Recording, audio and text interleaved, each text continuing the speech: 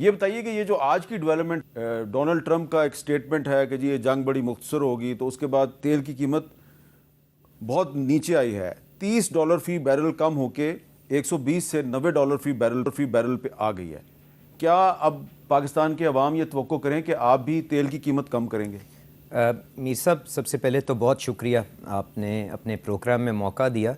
دیکھیں، میں آپ کے سوال پہ آنے سے پہلے صرف گزارش کروں گا کہ یہ غیر معمولی حالات ہیں. اس کے اندر ایک چیز جو ہم نے کوشش کی ہے وہ یہ ہے کہ کسی بھی طرح فراہمی کے اندر کوئی دشواری عوام کو نہ آئے.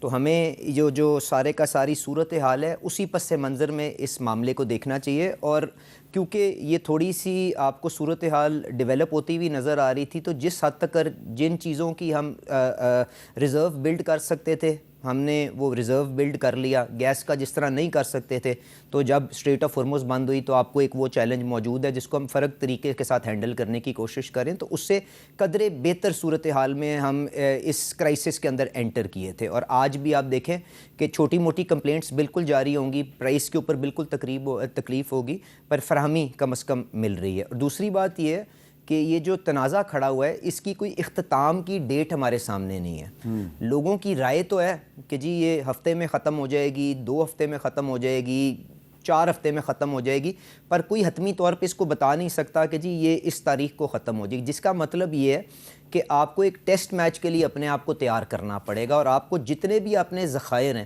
ان کو ایکسٹینڈ کرنے کی کوشش کرنی چاہیے، اور یہ اپنی سپلائی لائنز کو آپ کو مینٹین رکھنا چاہیے. اب جو آپ نے قیمت کی بات کی میر صاحب، پاکستان میں جو قیمت طے ہوتی ہے اس کے بنیادی طور پہ 3-4 ایلیمنٹس ہوتے ہیں جس کے مطابق ایک ٹرانسپیرنٹ انداز کے اندر قیمت طے ہوتی ہے. سنگاپور کے اندر S&P انڈیکس کا ایک پلیٹس کا انڈیکس نکلتا ہے جو ڈیلی کوٹ ہوتا ہے فار پیٹرول اینڈ ڈیزل. آپ نے تو S&P اسٹینڈرڈ اینڈ پور، جی بالکل، اور یہ پلیٹس کا انڈیکس اس کو کہتے ہیں، وہ آپ کو اپنی کمپیوٹر کی اسکرین کے اوپر مل جائے گا. برینٹ تو خام تیل ہوتا ہے نا جی، ریفائنڈ پروڈکٹ کی وہ انڈیکس نکلتا ہے، اس کے اوپر صورتحال جو خطے میں چل رہی ہو یا دنیا کے اندر جو صورتحال ہو اس کے اوپر ایک پریمیم ایڈ ہوتا ہے.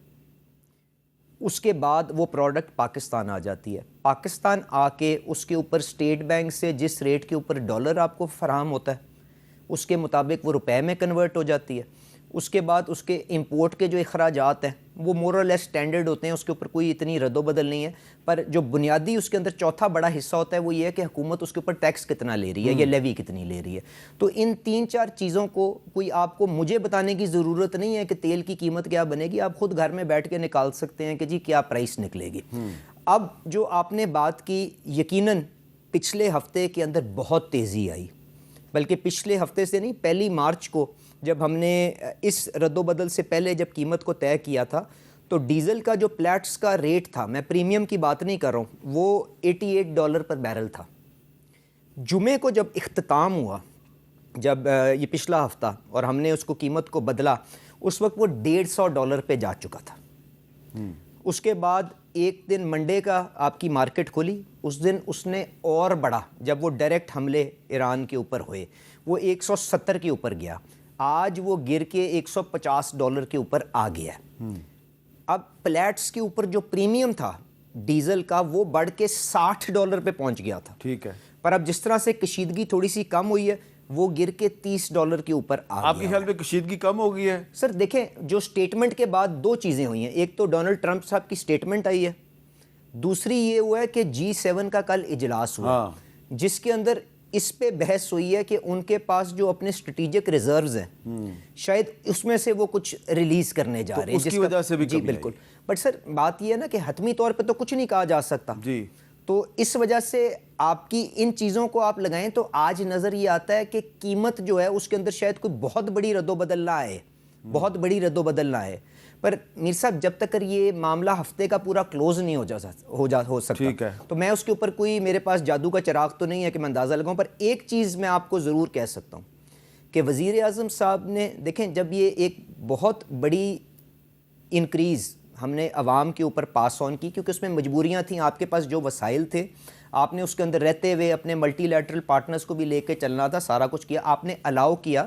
تو وزیر اعظم صاحب نے اس کے بعد یہ یقیناً فیصلہ کیا کہ میں اب ہر حد تک یہ کوشش کروں گا کہ اس کے بعد اگر کوئی انکریز آئے تو وہ اپنی پیٹی کو کس کے، جس کے لیے انہوں نے ایک بڑا جامع آسٹیرٹی کا پروگرام کل اناؤنس کیا، اور کنزرویشن کے ذریعے ورک فرام ہوم، لمٹس گاڑیوں کی چینج کرنا، فرق جو انہوں نے انٹرونشنز کی ان کے ذریعے، اور جو ہم نے اپنے بجٹ کے اندر کنٹینجنسی کے یا جو ٹیکسیشن کے میجرز رکھے ہیں ان سے بفر کروں گا. تو میرے خیال سے کوئی ریزنیبل ٹائم کے اندر اس میں کوئی بڑی رد و بدل نہیں آئے گی، کیونکہ حکومت نے یہ فیصلہ کیا ہے کہ اس کو ایبزارب کر کے لوگوں کے لیے اس سے زیادہ کوئی مشکل نہ پیدا کریں اور سپلائی بھی برقرار. اچھا آپ یہ بتائیں کہ آپ نے جادو کے چراغ کی بات کی. جی ظاہری بات ہے جادو کا چراغ تو کسی کے پاس نہیں ہے، لیکن ایک سوال یہ ہے کہ یہ جو انٹرنیشنل مارکیٹ میں آئل کی پرائسز میں اضافہ ہوا تو سب ممالک کو مشکلات کا سامنا تھا.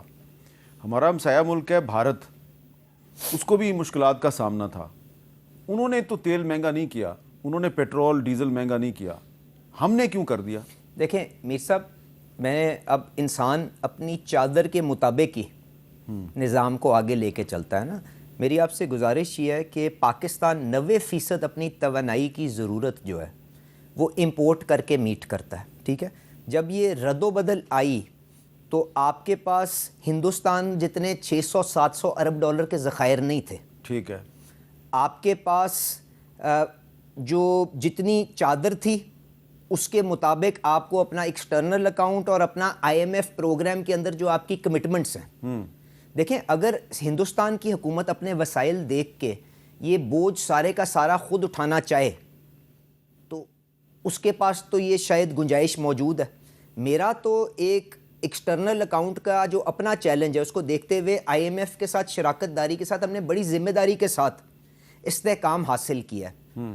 جب تک آپ اس کے لیے وسائل کا انتظام نہ کر لیں تو آپ ایک آئل شاک کے آگے دیوار نہیں کھڑی کر سکتے. اگر آپ دیوار کھڑی کریں گے وہ ریت کی دیوار ثابت ہوئے گی اور اسی طرح زمین بوس ہو جائے گی.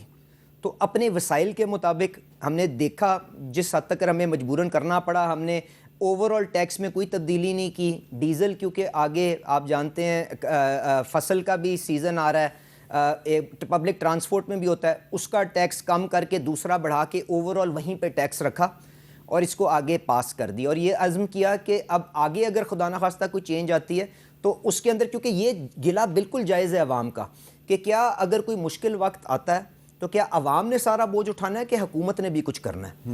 تو اس کے لیے جو اقدامات لیے گئے وہ کل آپ نے بھی دیکھ لیا، اور وہ بھی اربوں روپے کے اندر ہے. اور کوئی یہ کیا اچھا اس کا ذرا تھوڑا سا یہ بتا دیں کہ جو وزیر اعظم صاحب نے جو کفایت شعاری کے لیے ایک بہت لمبا چوڑا اعلان کیا ہے، اس سے کتنا فائدہ ہوگا؟ دیکھیں بچت کتنی ہوگی؟ میر صاحب، میں اب اس کے اوپر ایک ڈار صاحب کی سربراہی کے اندر ایک کمیٹی بنا دی گئی ہے جس کے اندر اس کو ڈیلی مانیٹر بھی کیا جائے گا. اور ہم کوشش یہ کریں گے کہ ایک ڈیڈیکیٹڈ اکاؤنٹ بنا کے، کیونکہ دیکھیں یہ خالی وفاقی حکومت تو ایک بہت چھوٹا جز ہے اس سارے نظام کا، اس کے اندر صوبائی حکومتیں بھی ہیں. ہم کوشش یہ کریں ساروں کی جو اپنی انہوں نے جو کنٹریبیوشن کرنی ہے اس کو ایک اکاؤنٹ میں لائیں، ٹرانسپیرنٹ انداز کے اندر، آڈیٹڈ انداز کے اندر لوگوں کو دکھائیں کہ جی یہ دیکھیں یہ کفایت شعاری سے ہم نے 10-20 جتنا بھی ارب بنتا ہے اس سے یہ تیل کی بوجھ کو ہلکا کرنے کی کوشش کیا. تو اس کا آج پہلا اجلاس ہوا ہے. ڈار صاحب اس کے اوپر جب آگے لے کے چلیں گے تو آپ کو خود پتہ چل جائے گا. اور اس کے علاوہ میں اور فائنانس منسٹر ایک CM کے پاس جا کے جو لوگوں کا یہ گلایا کہ آپ نے بڑی دیر سے یہ اناؤنسمنٹ کی. دیکھیں میر صاحب، میں وفاقی حکومت میں بیٹھ کے اگر کچھ بھی فیصلہ کر لوں، میں یہ فیصلہ کروں میں بنگلہ دیش کی طرح 2 لیٹر پہلی پیٹرول دوں گا، حامد میر صاحب کے پاس جو مرضی گاڑی ہو میں صرف 10 لیٹر ان کو پیٹرول دوں گا، تو میں اس کو جا کے عمل درآمد کس طرح کروں گا؟ مجھے صوبائی حکومتوں سے بات کرنی ہے تو ان سے مشورہ لینا، کفایت شعاری کے اندر ان کا مشورہ لینا، کنزرویشن کے لیے لینا کہ کتنے لوگوں کو آپ نے دفتر میں بٹھانا ہے، کیا کرنا ہے. تو فائنانس منسٹر اور میں پنجاب CM کو ملے، سندھ کے CM کو ملے، KPK کے CM کو ملے، بلوچستان کے CM کو ملے. جب ساروں کو آن بورڈ کر لیا تو اس کے بعد اچھا اب آپ نے کہا کہ آپ سب CM کو ملے، تو جو خیبر پختونخوا کے چیف منسٹر ہیں سہیل آفریدی صاحب، وہ اس ملاقات کو کنفرم کر رہے ہیں جس کا ذکر علی پرویز ملک صاحب نے کیا، لیکن اس ملاقات کے حوالے سے انہوں نے کیا کہا ذرا سنیے. وفاقی وزراء برائے خزانہ اور پیٹرولیم آئے تھے.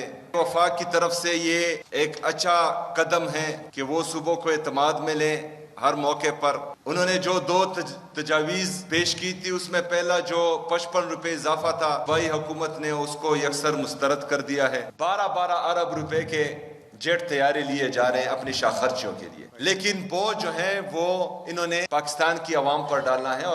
تو آپ ملے ضرور ان کو، لیکن انہوں نے پیٹرول کی قیمت میں اضافے پہ ریجیکٹ کر دیا۔ نہیں دیکھیں، ان کا جو دکھ یا جس غصے کا یا غمی کا اظہار انہوں نے کیا کہ آپ کو یہ بوجھ ڈالنا پڑتا ہے، تو میر صاحب کیا مجھے خوشی سے ڈالنا پڑا؟ بالکل ٹھیک ہے۔ کیا وزیر اعظم کو خوشی سے ڈالنا پڑا؟ بات تو یہ ہے نا کہ متبادل رستہ بتا دیں۔ اگر متبادل رستہ نہیں ہے تو آپ سیاست کرنا چاہتے ہیں ضرور کریں، پر بات ایک عام آدمی یہ جاننا چاہتا ہے کہ بتائیں اگر یہ بڑھائی نہ جاتی قیمت تو کیا کیا جاتا؟